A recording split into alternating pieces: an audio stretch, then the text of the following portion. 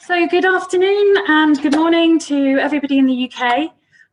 Thank you ever so much for joining us. As I mentioned, my name's Nicole Wharf. I am the Business Services Director at the British Chamber of Commerce in Singapore. Now, I lead two of the core teams in the Chamber, which support the full cycle of business into Singapore. This is the Trade Services team and the Membership team, and I'll go into a little more detail about those two teams shortly.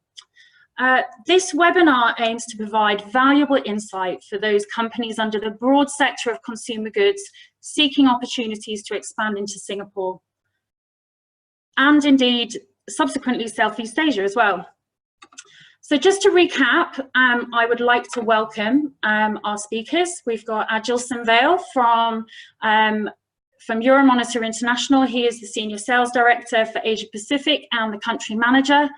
And Ili Rahon, Senior Analyst, also from Euromonitor International.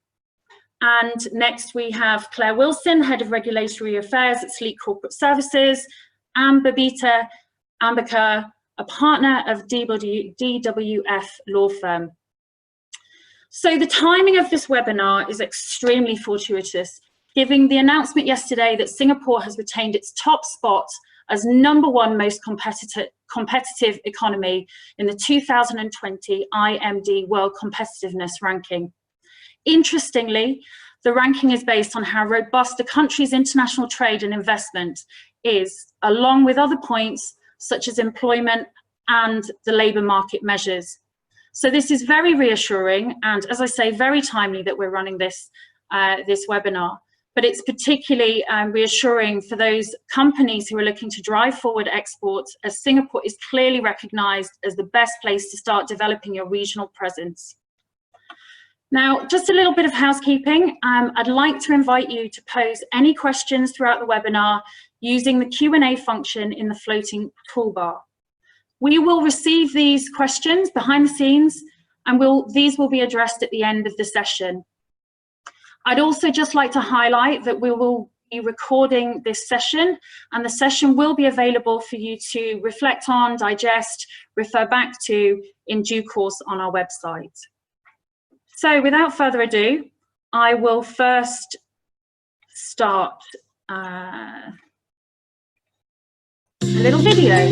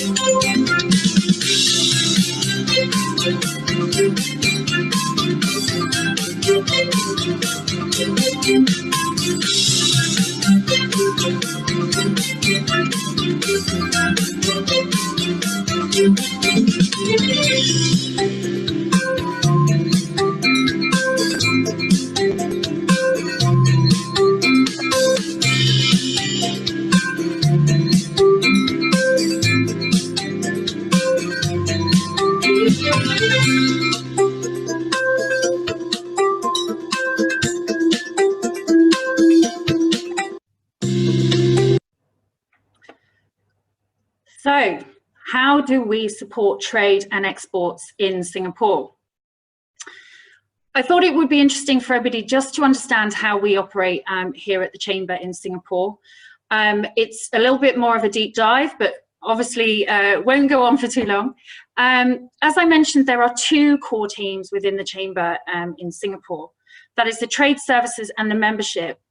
Now, under these two guises, they both serve extremely important purposes, and that is to support the full cycle of business, not just as you enter the market, but also to sustain your presence here and look at expansion. So trade services primarily would be part of the initial part of your cycle into the market.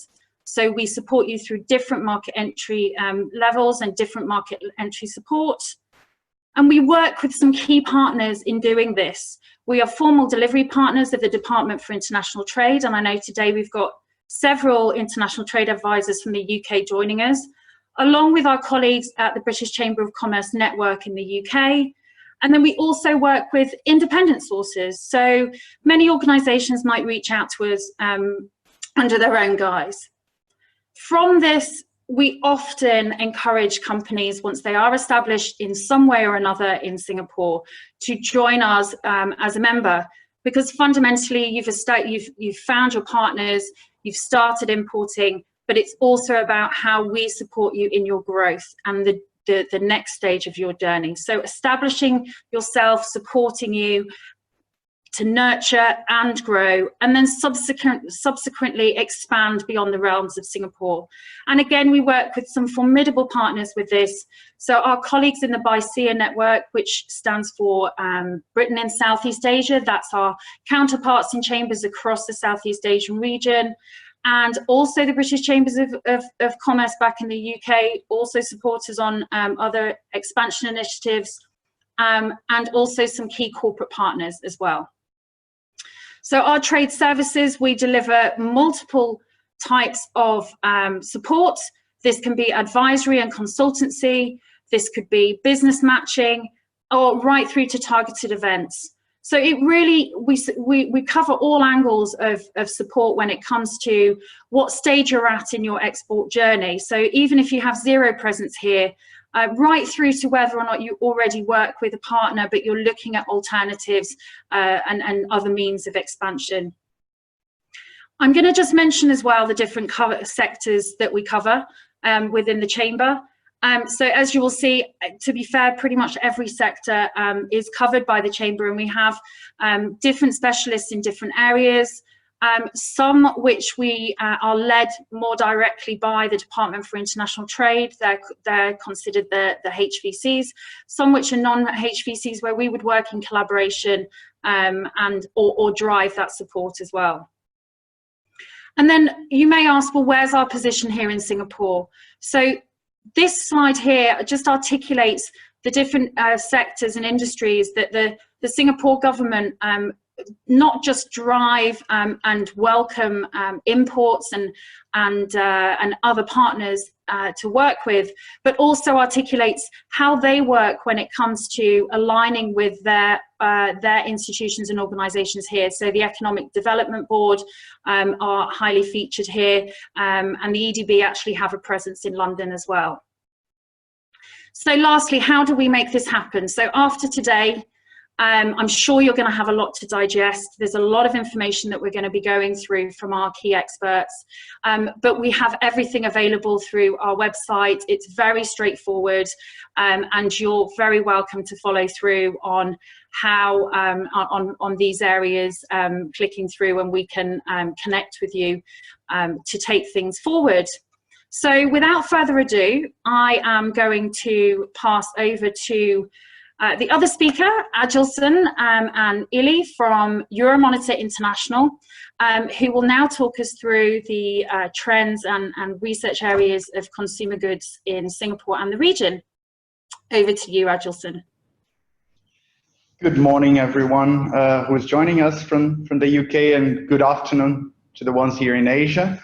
I believe most of you are taking the call from the comfort of your houses. We fortunately were able to present from our offices here in Singapore today. I'm here with my senior analyst Ili Rahan, who will be joining me later on.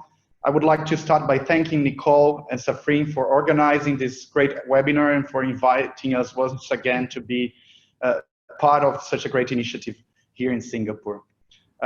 Without further ado, we are going to be jumping into the consumer goods market in Southeast Asia. I will start the presentation by looking at some macroeconomic stats and what does that mean here regionally in Southeast Asia and Singapore. And then my colleague Ili is going to be presenting some manifestations of some interesting consumer trends in the region. Just a little bit on Euromonitor, if you are not familiar with us. We are a global research agency with offices in over 15 countries globally. We have a team of analysts in over 100 countries helping us to conduct in-depth analysis of over 30 consumer goods industries, but also across service industries and economies and consumers. I already told you what we will be covering today, so let's jump straight into our slide 4 and look a little bit of market access into Southeast Asia. We ourselves, Euromonitor, started our operations here in Singapore about 22 years ago. And I'm actually quite happy to mention that, because we did start our operations in Singapore with the support of the British Chamber of Commerce 22 years ago. I believe, I was not here at that point, we got the trade service support from the British Chamber, and nowadays we are a member. We are an active member of the British Chamber. That was 22 years ago. Why did we choose Singapore? We chose Singapore because Singapore geographically is at the center of a large consumer market in Southeast Asia, and as you can see here, Singapore is definitely a springboard for access into all these other markets. If we look at the GDP growth of the economies around us, you will see the markets like the Philippines, Vietnam, Indonesia, Malaysia, and so on. They have very high GDP growth average from now to 2030. Singapore is still more than 60% of our revenue here in the region. So it's still a big chunk of our business comes from Singapore. Why is that? A lot of the regional headquarters of multinationals are based here out of Singapore. But we do see businesses from countries like Thailand, Indonesia, Vietnam, and Philippines growing in terms of importance. But it still geographically makes a lot of sense to be based here in Singapore. Apart from the accessibility of the market, I wanted to share with you some interesting stats, the next slide, into the ease of doing business when you set up and when you do business out of Singapore. We are looking at data here that we gather with our analysts at our passport database that comes from the World Bank. And it is going to include different areas like time and cost that, that you would need to meet, that you would need in order to meet government requirements to starting up a business, trading across border, or paying taxes. And as you can see here, from 2014 to 2020, Singapore has been between number 1 and 2. So I would say that 2021, we probably will see Singapore again as number 1. So it's always going from number 1 position globally to number 2. And then you have other markets around us that they have improved greatly, but you can see that they are quite far behind Singapore in terms of ease of doing business. I would like to also take a little bit into perspective the COVID-19 situation. We have had economies around us here in APAC that were heavily initially affected by the pandemic, but they left from their lockdowns earlier. And we see that there is a lot of business activity returning in some of those countries. And I can mention China, South Korea, Taiwan, and Hong Kong.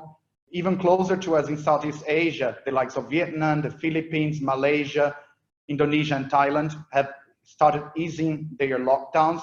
And as Nicole mentioned earlier, ourselves here in Singapore. So from Friday this week, we are entering phase 2, which is actually aligned to what our team of analytics professionals have forecasted. So in this slide here, what I have is our baseline forecast for economies globally and regionally, and different scenarios, pessimistic 1, 2, and 3. I am personally a very optimistic person, but also if we look at the probability of each one of those scenarios to happen, you will see that the pessimistic one has a probability of 25 to 35% of happening. So we will focus on that. And that would be looking into social distancing restrictions lasting between 2 to 4 quarters. What we have seen here in our region, they take 2 to 3, most of them took 1 quarter to 2 quarters. Maybe some economies will take 3 quarters. So we'll focus on that pessimistic one. If we move to the next slide, I'll be able to share with you that pessimistic scenario globally. So if we look at the world on that pessimistic scenario, there would be a immediate decline of the economy in 2020 of 4.7%. Globally, you will see that that's much higher for advanced economies, 7.2%. But the like of emerging markets, who are all around us here in Southeast Asia, that decline is not going to be as high. It's only 2.7%. And if we look going forward in the same graph, how those markets are going to recuperate and go back to, in terms of growth levels again, if you are looking from 2021 and 2022, you are going to see as well that the developing and emerging economies is where you're going to have better performance in terms of growth, and China. China will be pushing a lot of our economies here in Southeast Asia, including Singapore. Let me focus now on the Asian countries, which are very much around us here in Singapore, and Singapore is part of. So ASEAN, for who is not familiar, is an association of Southeast Asian nations, a regional grouping that promotes economic, political, and security cooperation amongst the members. And that includes Brunei, Cambodia, Indonesia, Laos, Malaysia, Myanmar, the Philippines, Singapore, Thailand, and Vietnam. So I'll focus on all of those countries because we have trade agreements with all of those countries out of Singapore, and we work very closely with them. Again, if we look at our baseline, the dark blue line, so you see that there was already an expectation in 2020 for a minor decline, close to zero baseline of the economy. When we take the pessimistic scenario for COVID-19, that decline will go down to about 2.5% in the Asian countries that I just mentioned, the 10 countries I mentioned earlier.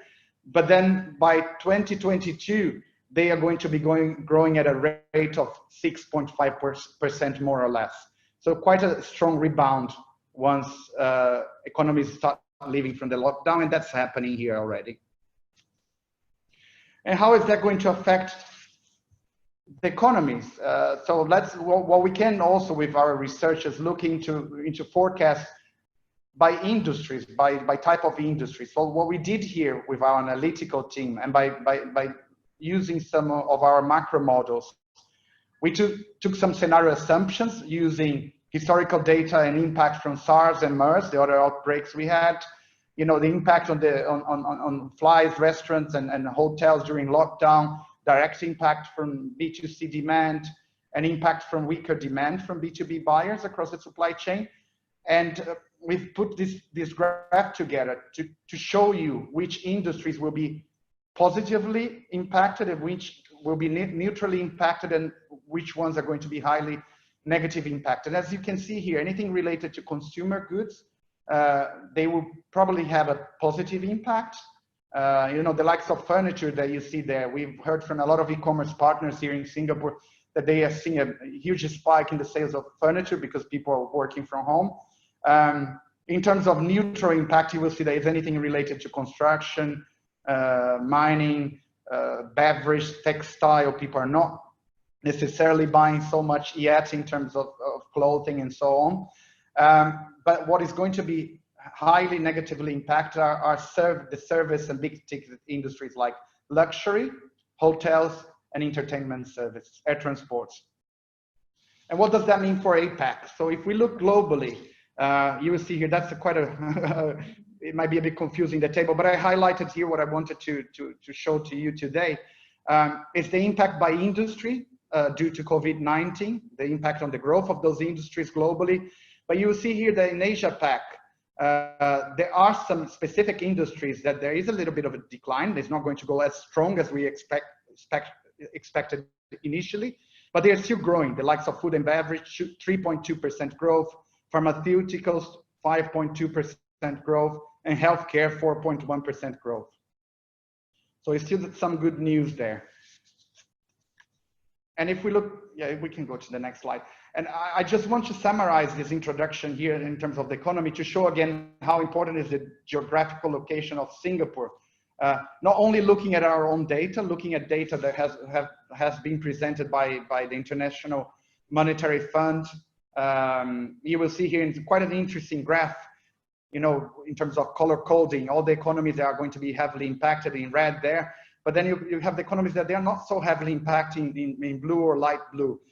And you see that around us here in Singapore, we have the likes of Vietnam that still is going to be growing in 2020, 2.7%, and the economies of Indonesia and Philippines still growing as well. And further from that, one thing that quite often our customers, they forget, and we tend to remind them as well. Once you set your base here in Singapore, you're geographically very close to some of those large metropolitan areas in Southeast Asia. And the metropolitan areas in some of these countries, like in Manila and the Philippines, Ho Chi Minh City, Vietnam, Jakarta, huge populations, and also their GDP growth, they're growing even stronger than the national average. So it's something to consider when you are investing here in Singapore. Without further ado, I'm going to ask my colleague Ili Rahan to unmute and to continue by showing you some of the big trends that we see in the consumer goods industry and some manifestation of that here in Southeast Asia.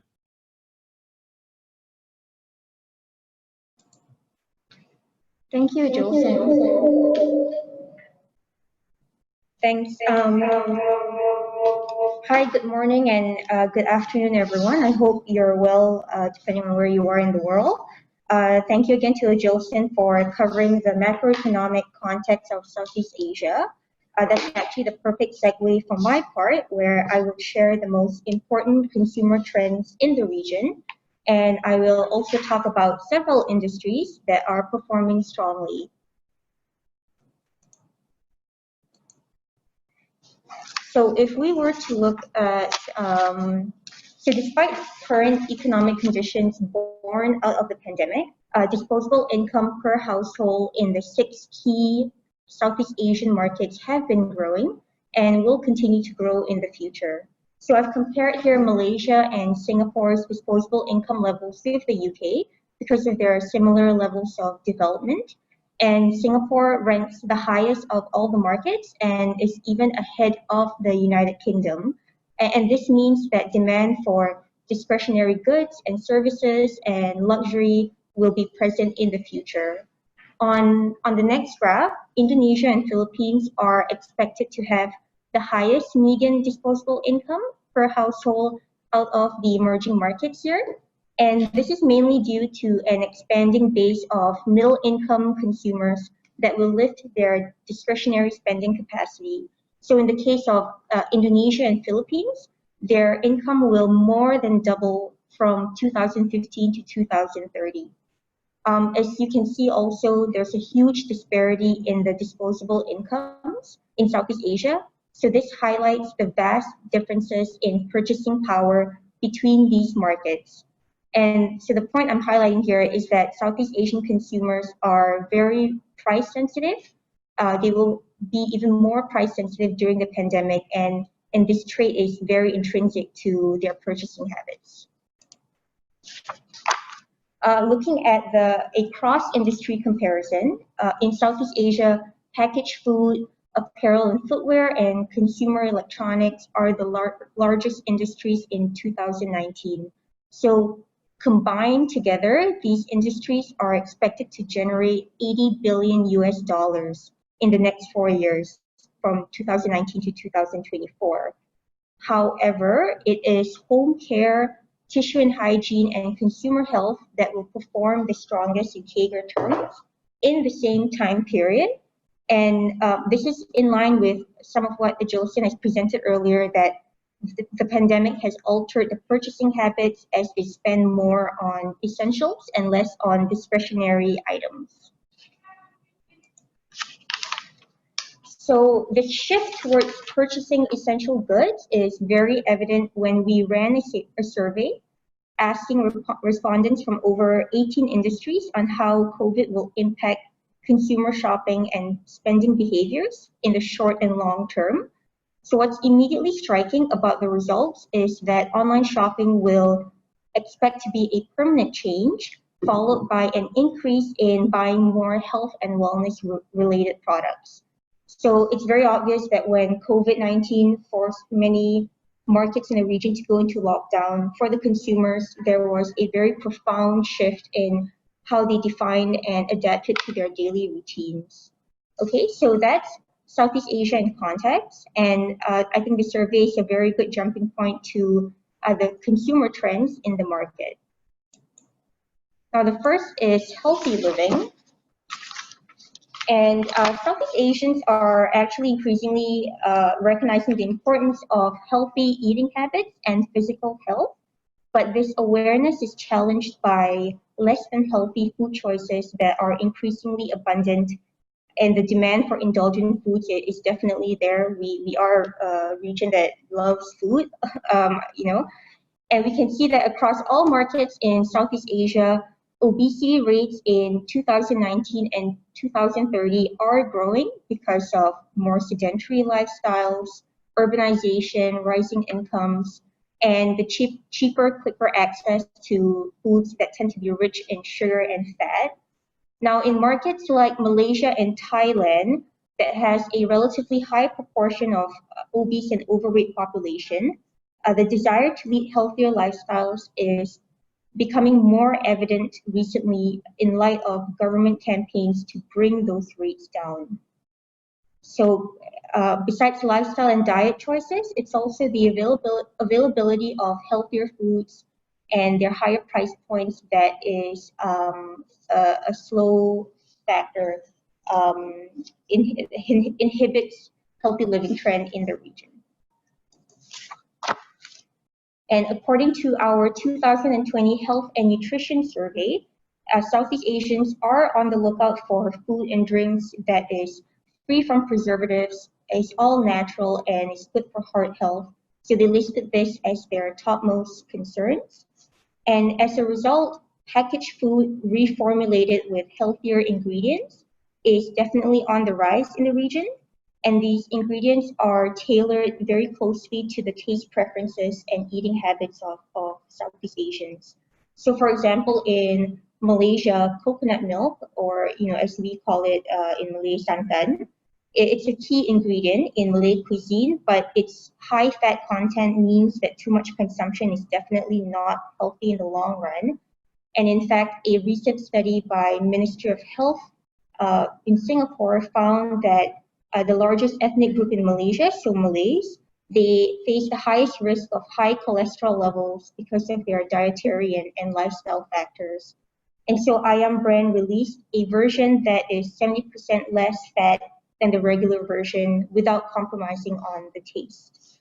Now in Vietnam, Ace Cook, which is a leading manufacturer in the rice, pasta, and grains category, released an instant noodle variety that is manufactured with pea starch, which is positioned as a healthier substitute to cornstarch.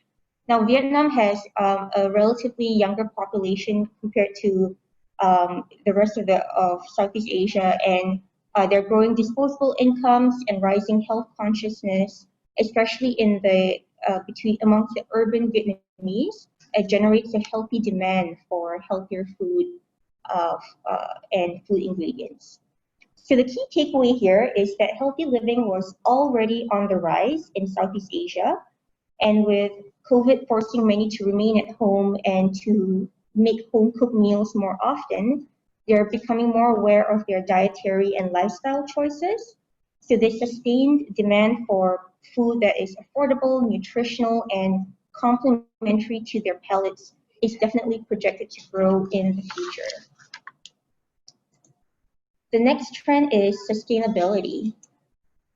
So while sustainability has been prominent in other regions, definitely in North America and Western Europe, Southeast Asian markets are still in the early stage of the sustainability journey. So, markets like Philippines and Indonesia, they are ranked 95th and 79th out of the 97 markets that we surveyed, and this is using the Euromonitor's Sustainability Index. But in the future, it is anticipated to grow in the form of growing eco-consciousness amongst the consumers and greater investments in the green space. So according to consumers that we surveyed, their trust in green labels is high, especially in products that are organic, eco-friendly, and recyclable.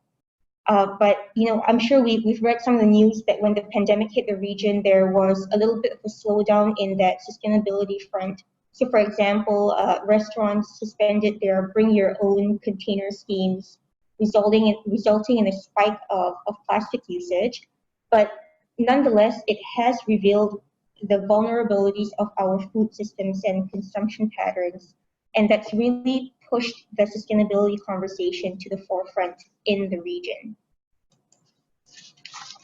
Some of the ways that we see sustainability being manifested in Southeast Asia is there's definitely a growing interest and investments in the meat alternative space. So, for example, Growthwell, which is a Singapore-based company that has been manufacturing meat substitutes since the 1980s. Now, they recently announced their plans to develop seafood substitutes made from chickpea protein, and this is to target the Asian market primarily. And then multinational companies like Unilever, they are experimenting with refill stations in the Philippines that has one of the highest levels of plastic pollution globally. Meanwhile, in Thailand, supermarket retailers are working with using banana leaves instead of plastic to wrap their produce. And these leaves are both biodegradable and food safe and very easily accessible, easy to find in the region. Our final trend will be digital acceleration. This is a very, very important trend to shape Southeast Asia. In the last 10 years, the number of internet users has increased nearly fourfold. And by 2030, we are projecting more than 500 million internet users. And that's just in Southeast Asia alone. And this makes the region one of the fastest growing internet regions globally. And this growth aligns with the fast growth of smartphones, which is the preferred device for Southeast Asians to access that internet. And we can see here that the smartphone possession rate in Indonesia and Philippines is comparatively low compared to the other markets. So there's still ample room for growth in the number of people accessing the internet. Now, in growth terms, mobile e-commerce has recorded massive gains in the region, outperforming store-based retailing in blue and other forms of e-commerce in gray. For a long time, Southeast Asia was a little bit slow to catch on to the e-commerce and digital acceleration trend, but recently, in recent years, retailers like Lazada and Shopee and Zalora have emerged to be the key shopping platforms in the region. And in fact, leading offline retailers are also collaborating with platforms very closely to create an omni-channel experience. So for example, Tesco Lotus, which is a grocery retailer in Thailand, they have an official store in Lazada, as well as their own separate online shopping website. In light of COVID, it's definitely accelerated this trend, as obviously the pandemic means it's harder for people to shop in person.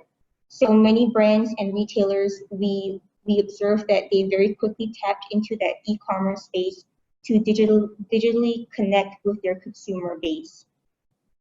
And so what's important to know is that store-based retailing is still the leading channel type in Southeast Asia, but the double-digit growth of mobile e-commerce that we are forecasting points to an era of digital transformation that's still ongoing in the region.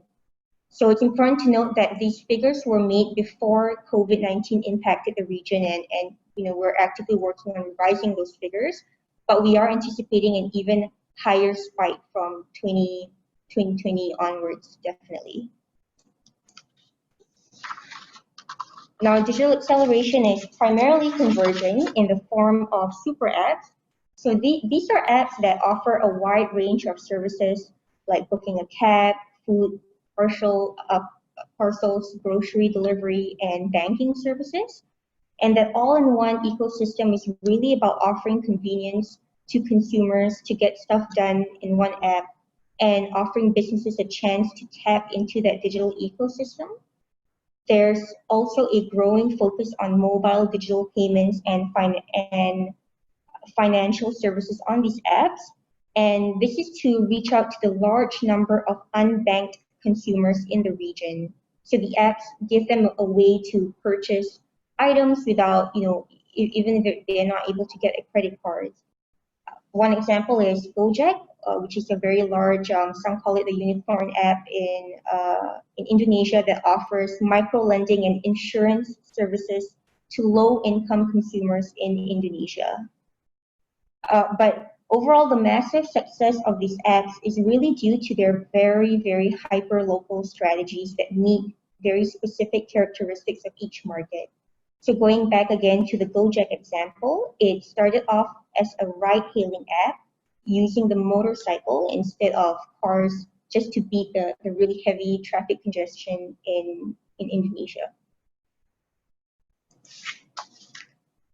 So the key takeaways of my portion of the talk is that these trends were already present, the consumer trends were already present, and the pandemic greatly accelerated their manifestations. When thinking about Southeast Asia, you really have to consider about the pricing of your product, as affordability is important for developing markets where per capita is still low. Next is the product claims, so the packaging of that product. It is important when there are health claims attached to it and with consumers having a greater concern over the environment and the impact that their purchases will have. The next, lastly, is the boom in e-commerce. That's still definitely ongoing in Southeast Asia. So players, businesses will need to leverage on this digital acceleration trend. And at the same time, they cannot lose sight of the vital role that offline store-based retailers will play. So that's the end of my portion of the presentation. Thank you again to Agilson for sharing his part and Nicole for inviting us to this presentation. Excellent, thank you ever so much. I'm going to now invite Claire Wilson from Sleek to take over the screen. Thank you, Nicole. Just share my screen with you.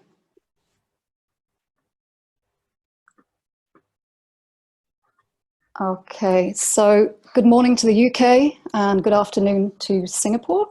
So I'm Claire Wilson from Sleek, and I'm just going to share with you a brief introduction of how to set up in Singapore. So just before I start, just to give you a brief roadmap of what we'll cover in this presentation. So first of all, we'll just look at the advantages of setting up in Singapore from a company perspective. We'll also look at the type of business entities that are available, but we'll focus on the incorporation of a private limited company. We'll also go through the registration process. We'll talk about some matters to be handled post-incorporation. And then finally, I'll just touch upon some additional business support that we have available from a Singapore perspective. So first of all, one of the main advantages is that Singapore is actually open to 100% foreign ownership. We also have a very friendly tax regime, so it's simple. We've got no tax on dividends or capital gains. Within the first 3 years, there are also tax breaks for companies. So for example, companies will not pay the first 100,000 taxable income for the first 3 years. And then one other advantage is that we have 88 double taxation agreements in force The United Kingdom is one of them. So that means that you will only pay tax in one jurisdiction. We've got minimal annual compliance requirements. And then I think one of the main benefits that have been touched upon by both Nicole, when she pointed out that we have 5.6 million tech-savvy people here in Singapore, and then also by Ili, talking about 500 million internet users in the whole of Southeast Asia, is the access to digital technology that we have here. Certainly that's a huge advantage for incorporating a company here. We have very friendly tax laws, which is something, digital technology laws, which is something that Babita will focus upon later. And then also it's possible for you to solely run your business online using digital technology. And then of course, the other advantage is the ease of incorporation. And so that's something that I'm going to move on to talk about in the next couple of slides. So just a quick introduction to the most common types of business entities in Singapore, a little bit similar to the UK in that we have sole proprietorships, we have the private limited companies, private company limited by guarantee, and then we also have the public company. Now, the most suitable type of business entity for entrepreneurs looking to enter Singapore is the private limited company. And that's because the company has a separate legal identity. It's distinct from its shareholders and directors. It can acquire assets. It can enter into contracts. It can sue and be sued by others in its own name. So that means that the only liability to the members is actually the amount that they contribute to the company. Also, the ease of raising capital as well as a private limited company is far more reputable than trying to exist as a sole proprietorship. And also the business can expand. It can bring in more shareholders, or it can issue more shares even to existing shareholders. So first question is a practical question: how do I form my private limited company? The rules are set out in the Companies Act.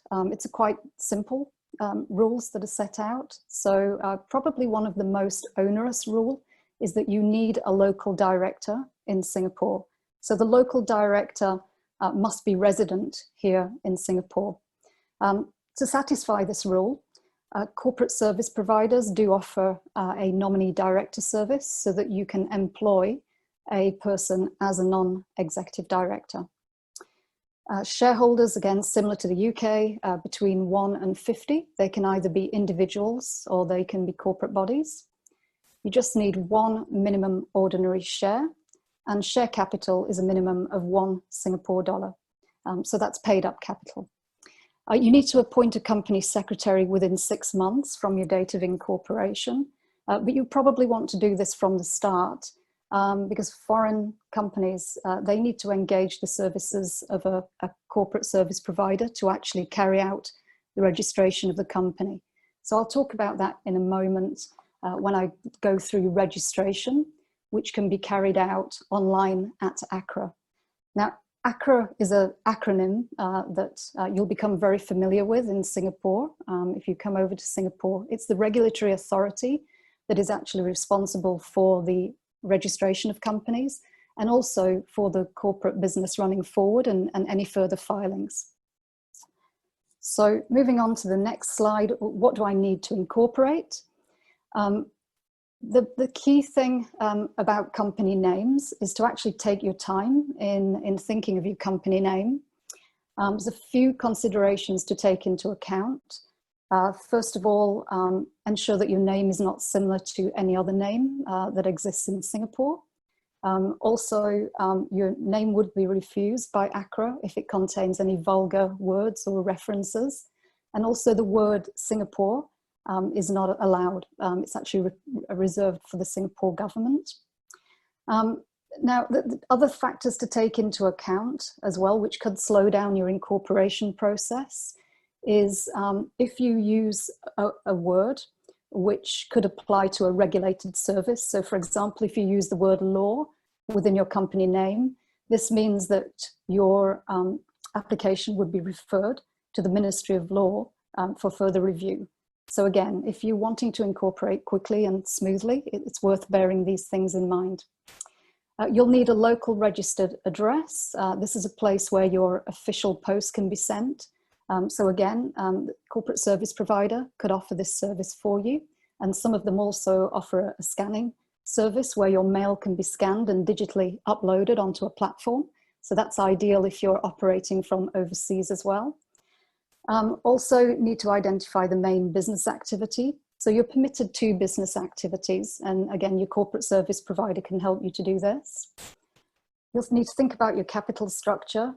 Very important if you're also thinking about an employment pass. So if you're thinking about coming and residing in Singapore, your application to the Ministry of Manpower, they will actually look at the company if the company is sponsoring your employment pass, and they'll just be looking at the capital structure just to check that you have enough in the company to be able to support a year's worth of salary. So it's worth getting that up front. Also, you'll need a constitution.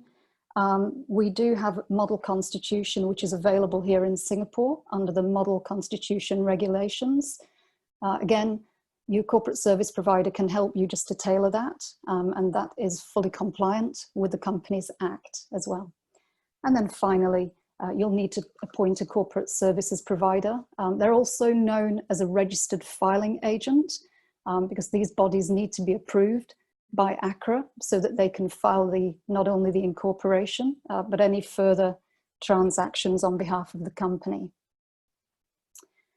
So how do you register a company in Singapore? It's very simple, very straightforward. Everything can be done online within a matter of minutes. If you are applying from overseas, if you are a foreigner, you'll need a local service provider to do this for you. The reason is that you need to actually log in to ACRA's BizFile. So this is the official portal. But then you'll need to input a local pass. So your registered filing agent will have this pass to assist you.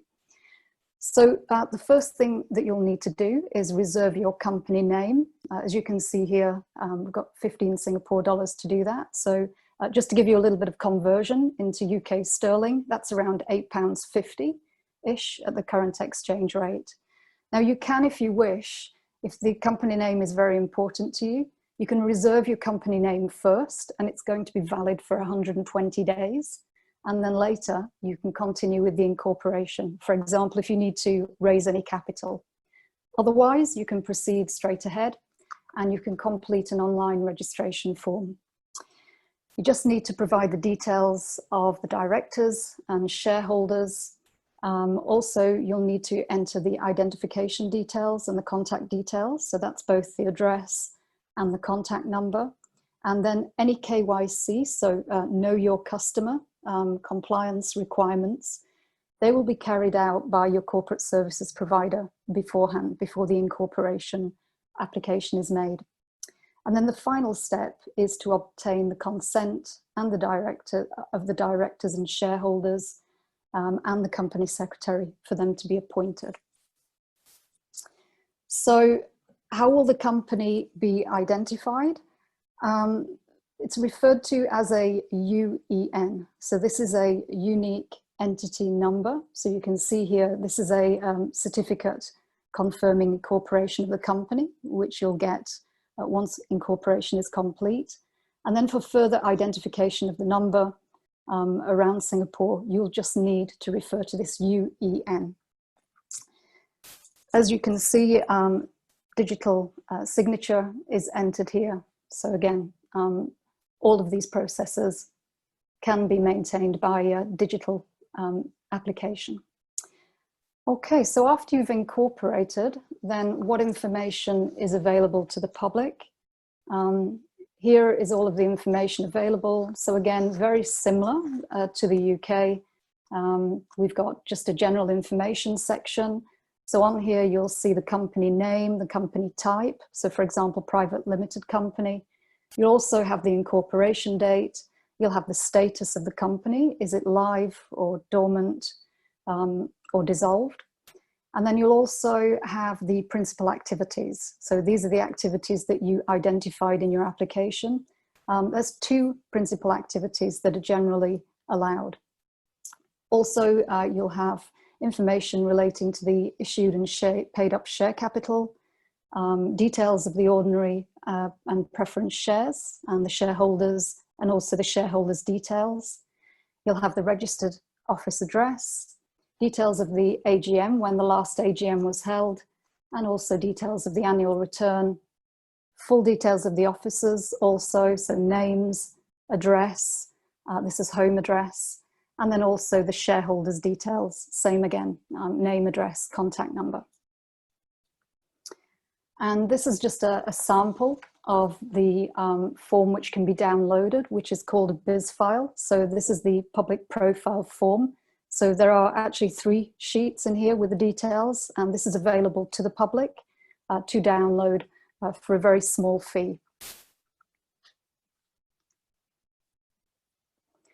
Okay, so after registration then, what else is essential? So for sure the company is going to need a company bank account. Again, Singapore is very well positioned for its banking. So usually the National Bank, DBS, is often used for our companies. We have other banks also similarly, so OCBC. Again, your corporate service provider can help you to actually set up a bank account. All you need is a director's resolution in order to set that up. You'll also want bookkeeping. Again, makes it easier if this can all be done under one roof. So to keep a track of your transactions. This will assist also with making payments to the Inland Revenue Authority of Singapore, so known as IRAS. Again, in Singapore, it's all about efficiency. So a lot of the corporate service providers, they do offer all of these services under one roof. Makes it simpler for you then to carry out your business and to leave it to your corporate service provider. Now, one thing that I touched upon earlier is that if you are a director of a company, then you do have the right also to apply for an employment pass through the company. And so you'll want to think about immigration services if you are intending to physically relocate. So it is worth checking out the Ministry of Manpower website. Rules and regulations do change, particularly in the current environment with COVID. So please do take a look at those. But again, there are specialist immigration service providers in Singapore that can assist you. And again, some corporate service providers do offer this all in one roof, under one roof as well. So what else is needed to support your business? Well, you want to promote your business, particularly your e-commerce business. So it's worth considering, do you want to go with a .com or do you want to go with a .sg? Of course, there are advantages and disadvantages of that. A .com site is going to set you back a few more dollars than a .sg. So it's worth taking a really good look at this also before you actually name your company, because ideally you'll want your domain name and your company name to align. And so we do have some platforms to assist you with. So for example, one of the useful local platforms is GoDaddy. So again, when you're thinking about your company name in the preliminary stages, it's really worth thinking about your domain name as well at the same time. And you might find that that might also affect your company name. Moving on to e-commerce marketplaces or choosing between website hosting. Again, it was touched upon earlier by Illy that Singapore has a number of e-commerce marketplaces. Illy also mentioned Lazada. Now Lazada is actually a Singaporean entity that was incorporated first here in Singapore. It promotes itself as the #1 e-commerce marketplace here in Singapore. Shopify and Amazon also have a huge presence. And again, very actively used here in Singapore. If we go back again to the first statement that was made by Nicole, 5.6 million tech-savvy people here in Singapore.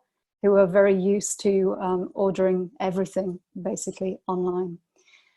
So another consideration when you're thinking about your e-commerce marketplace is also your delivery mode. Are you going to use a traditional mode, or are you going to use drop shipping? So drop shipping actually is a complement to your e-commerce because it's a supply chain management system where the retailer will share the customer orders directly with the manufacturer or the wholesaler, and then they will be shipped directly to the customer. So for example, if you choose Shopify, then you can link from Shopify directly with a drop shipper, again, making your life easier using technology. And then also you've got your payment gateways as well, so that your clients can pay simply, again, using online payment systems. And the beauty of this as well is that you can link up your e-commerce marketplace to your drop shipping, and then also with your payment gateway, you can link these all up together. So for example, if you choose Shopify, you can also link up your Stripe account to your Shopify.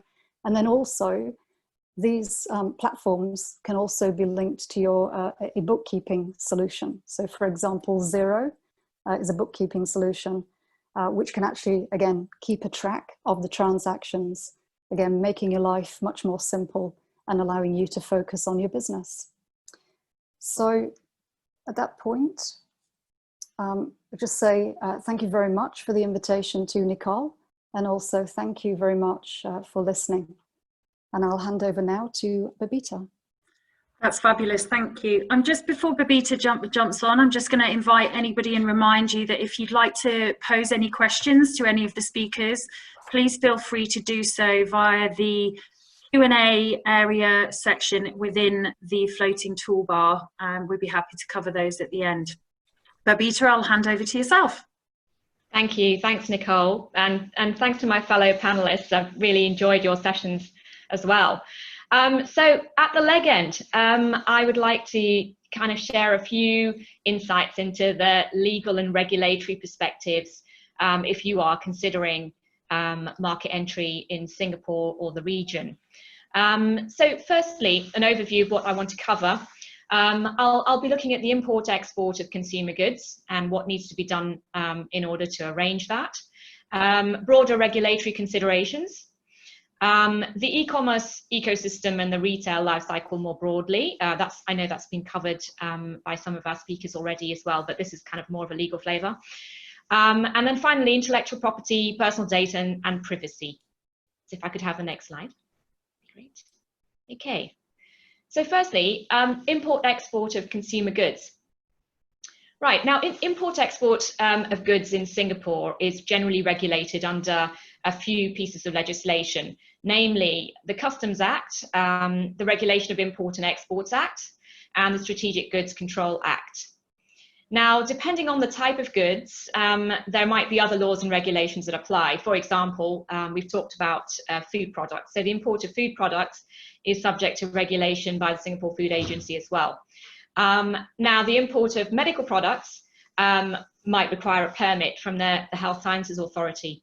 And I've actually had some interesting cases for clients where it's a little bit difficult to sort of delineate where that product falls. For example, if it's a nutraceutical, you need to actually undergo a process to determine what that is, whether it's a health product or a medical product, or whether it's a food product. So Singapore has got systems to kind of enable companies to do that, firstly through a questionnaire, and then if there's some confusion or doubt as to where it falls, you then consult the authority, one of the authorities directly. Now, if you were going to import your products, whatever they may be, you would need to register for a customs account with Singapore Customs, and that applies to importers, exporters, shipping agents, air cargo agents, and also freight forwarders. Once you apply and you obtain a customs account, you then need to separately apply for a customs permit. Sorry, I'm still on the other, yeah, thanks. And if you don't want to apply for a customs permit yourself, you would appoint an agent to do that for you. Now, the importer has got an obligation to ensure that the goods being imported are not prohibited, controlled, or subject to any UN sanctions. So that's, the onus is very much on the importer. And there are special rules and restrictions that apply to controlled goods. Things such as the e-cigarettes are classified as controlled goods here. Chewing gum is also one of those. And they require proper authorization or permits before they may be imported. And chewing gum is actually not able to be sold here. So that's one of the things that Singapore is famous for. Okay, well, in terms of distributorship, so once you've imported your items, you know, you would obviously then have plans to sell them on, and that may, you know, include getting into distributorship arrangements. So there aren't any general laws governing distributorship in Singapore. It's quite a free economy as such. But some goods might require distribution licenses, such as tobacco, for example. Now, that's not the same in other countries that surround Singapore. So if you're going to use Singapore as a hub, which many companies do, you might find that you need to get agents or distributors appointed in certain markets, such as Indonesia. That's a great example of where you'd need to get, as a foreign entity, you would actually need to appoint a local agent or a distributor in order to be able to function there. Okay, we can move on to the next slide, please. Okay. Next, I'd like to cover broader regulatory considerations. So that will address consumer goods laws more broadly, and also specifically consumer protection. If we could move on. Okay, consumer goods laws. Now, it's fairly similar to the UK in terms of content, but of course the legislation is distinct. So general legislation that applies to consumer goods sales include the Sale of Goods Act, the Supply of Goods Act, the Misrepresentation Act, and the Unfair Contract Terms Act. Specifically, if we look at certain things such as labeling and product representation, there are certain requirements, of course, in food, which are particularly notable. Someone had asked a question about products packaging and translations. So in certain jurisdictions in the region, you do need to have local language labeling. And so that's important to understand where you would need that. Singapore, you do not need that, but other jurisdictions in Southeast Asia and more widely do need that. Broadly, on the food front, most jurisdictions in the region align with the US Codex, but there is no harmonization across the board. So you need to pay attention to certain things, particularly such as nutritional labeling. That's more relevant in jurisdictions such as Thailand, the Philippines, and Indonesia, where it's a little bit different to the broader requirements that we adopt globally. Apart from language labeling, the other thing that you need to consider is health and safety and general good principles on that. And that's for labeling more widely, aside from food products. Monitoring and compliance, who does that? It's usually done by the authority that's responsible for those type of goods. Enterprise Singapore has something called the safety mark, which is quite interesting. That's specifically for electrical and electronic products. And that's administered broadly by the safety authority in Singapore. So as they sort of conduct ad hoc surveillance in relation to that mark. Okay, we can move on.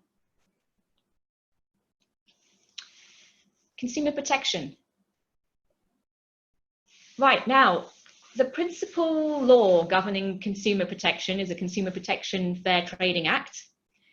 And there's a definition of consumer within that. A consumer is an individual who otherwise than exclusively in the course of business receives or has the right to receive goods or services from a supplier, or has a legal obligation to pay a supplier for goods or services that have been or are to be supplied to another individual. It does not apply to consumer transactions or business-to-business transactions. Some of the protections under consumer laws in Singapore include unfair practices. That's for making a false claim or representation that would result reasonably in a consumer being deceived or misled. The lemon laws, so the obligation to repair, replace, reduce the price, or provide a refund for defective goods. and certain implied terms. So, for example, the condition that goods supplied under the consumer contract are of satisfactory quality. And finally, cancelable contracts, those contracts that give the consumer the right to cancel a contract within a 5 business day period. Now, this is interesting because consumer protection laws, when I first arrived in Singapore, were not very difficult. It was very difficult for a consumer to actually take up an issue with a vendor. But these have actually been tightened up, and a number of these laws that I just listed, I just stated, are actually actively being adopted much more nowadays than they used to be. Okay, we can move on. So I'd like to now cover the e-commerce and the retail life cycle. So the e-commerce ecosystem, platforms, and digital payment regulation.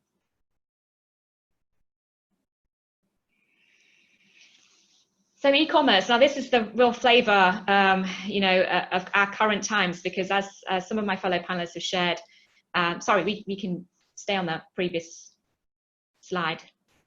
As some of my panelists have shared, e-commerce is really kicked off incredibly, I think, on a global basis, particularly for the consumer goods market. And so this is really something that's going to be very important for everyone in the business for the foreseeable future. Okay, we can move on. So what is e-commerce? It's broadly defined as the activity of buying and selling products and services over the internet.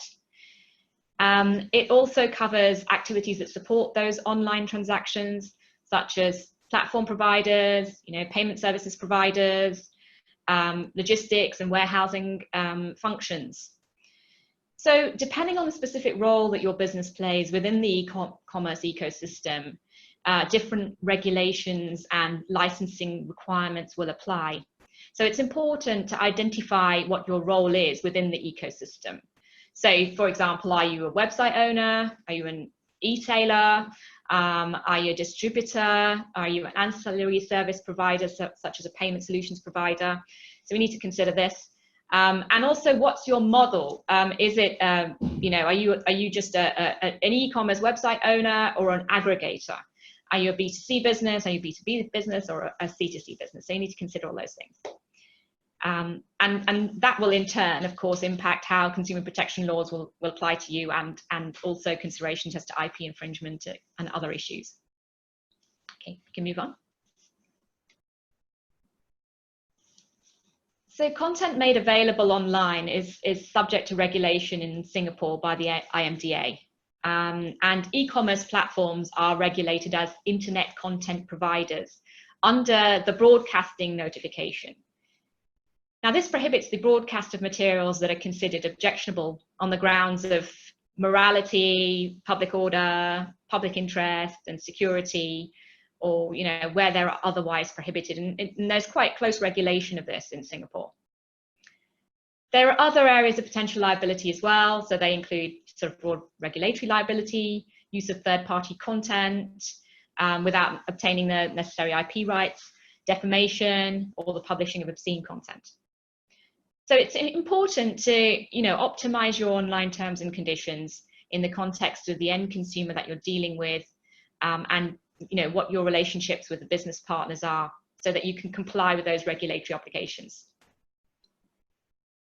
If you are, however, engaging with a retailer, if you are a retailer that's engaging with an e-commerce platform, so you're selling through another platform, the other thing that you really need to do is look at the standard terms and conditions of that platform to make sure that you can comply with your obligations in relation to your business through that relationship with them. Now, something that's just an adjunct, which I think is valuable to know, is that in Singapore, broadly, electronic execution of contracts is allowed, and it's recognized for most documents in Singapore. Can we move on? Now, payment regulation, because this is a very important part of e-commerce, of course. So there was a very important piece of legislation passed on the 28th of January 2020, which is Payment Services Act.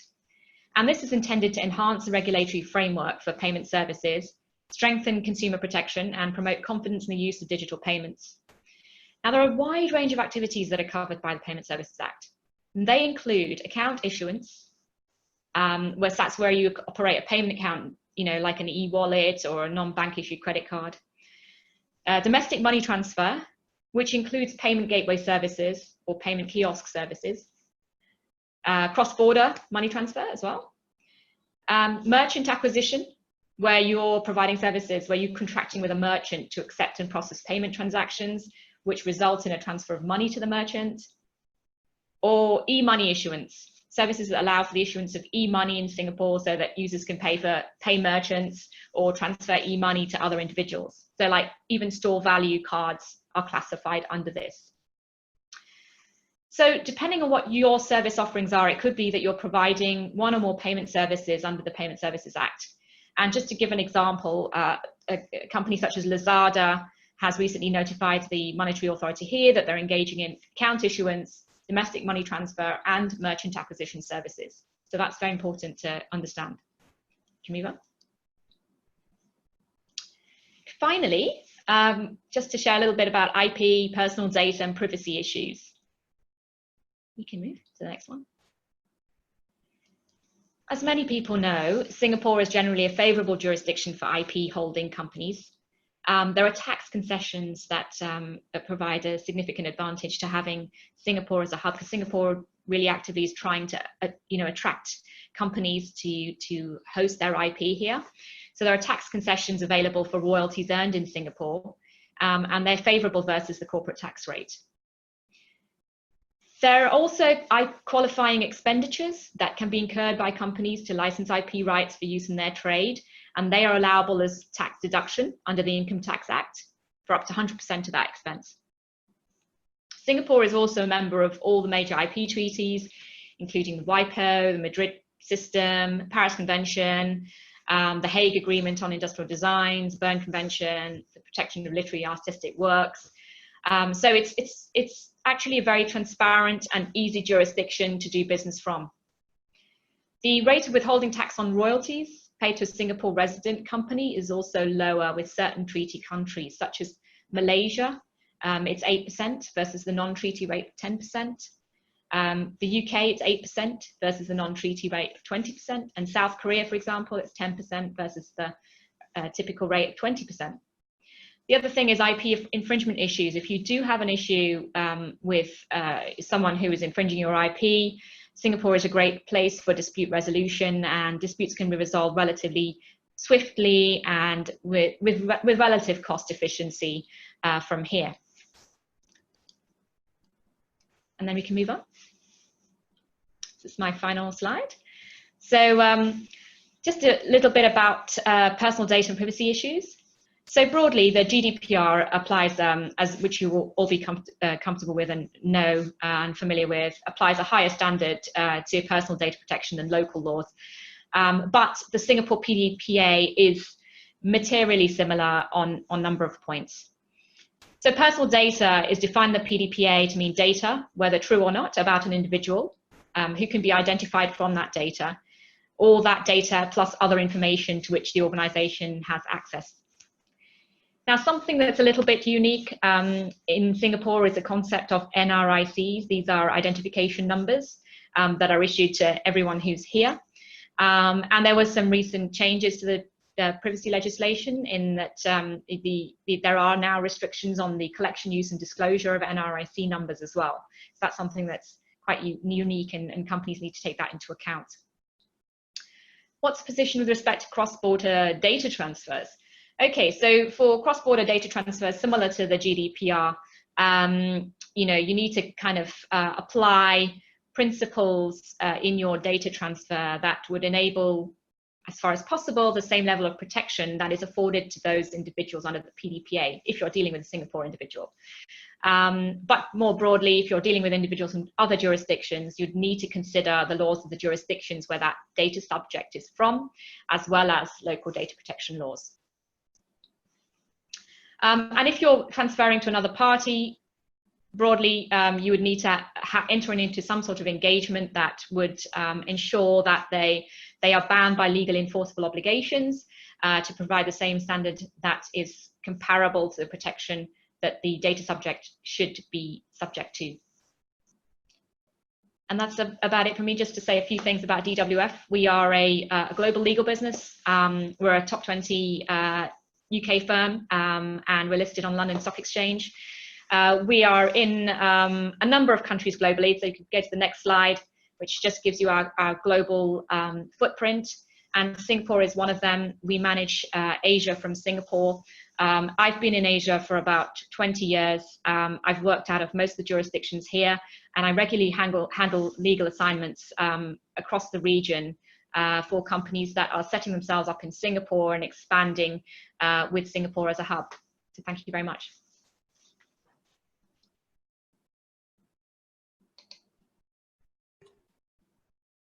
Thank you, Babita. That's wonderful. If we just stop sharing that screen.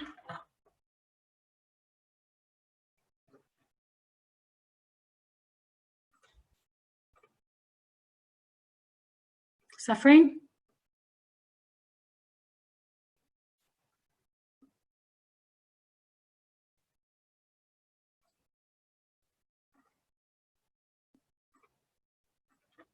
Okay, what it seems to be stuck, so apologies for any technical issues we're having, while my colleague just unshares the screen and brings all the speakers back online.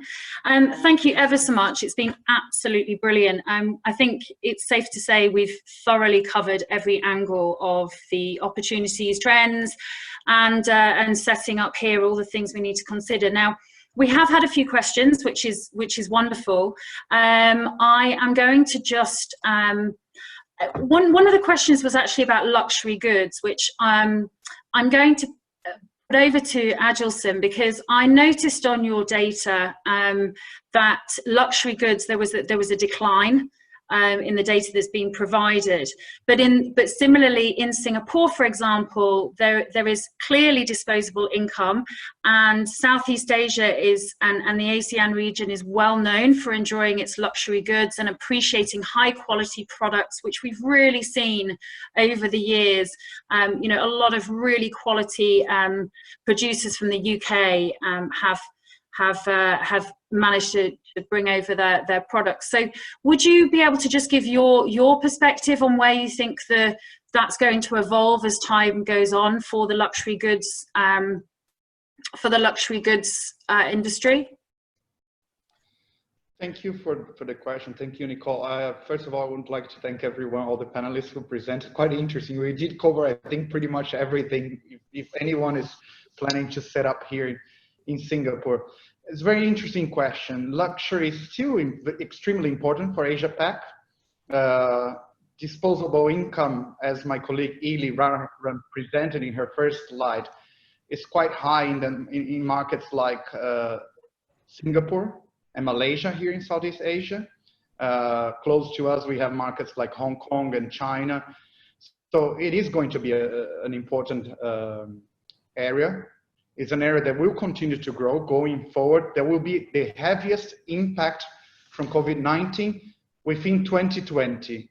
But then going forward, it will little by little start going back to the normal levels. There are two things here that we need to think about. Luxury might be affected immediately, especially for aspirational luxury, people that they want to have access to luxury or to something premium. They might not be able to do that. But we have a quite interesting share of people with very high disposable income, high net worth individuals in Southeast Asia. They will continue to buy. Yes, and arguably as well, you know, luxury good. Some people might depict food and beverage to contain quite a few luxury items.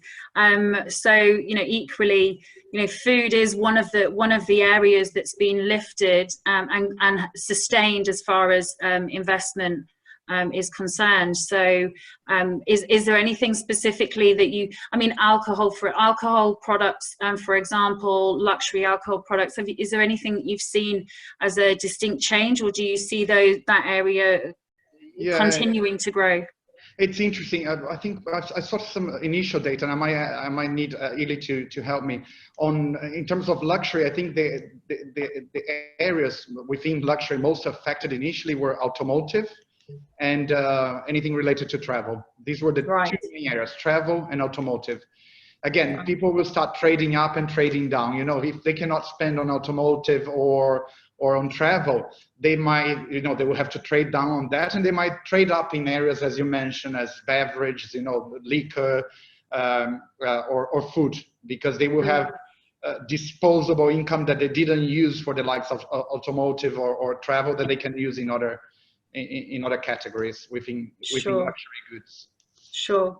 Well, ironically, I think everybody across the globe can still consider travel as a luxury right now, because there's going to, you know, hopefully we get back to normal sooner rather than later, but certainly it feels like a while ago since we had the luxury of travel. I'm actually going to pose a question now to both Claire and Babita, and certainly this has been incredibly positive webinar. Really thoroughly enjoyed kind of the depiction of how easy it is to set up, to do business, you know, how supportive particularly Singapore is as far as regulatory initiatives, incentives and such like. But what have you seen in your experience as one of the most challenging aspects? So I always think it's really healthy to, you know, forewarned is forearmed. So for those people that perhaps are considering entering the market, taking a leap of faith, what have you seen in your experience that has held them back a bit, which perhaps they need to make particular attention on when taking this step forward? Shall I start with Babita? Is there, from a regulatory IP, you know, your area? Yeah, sure.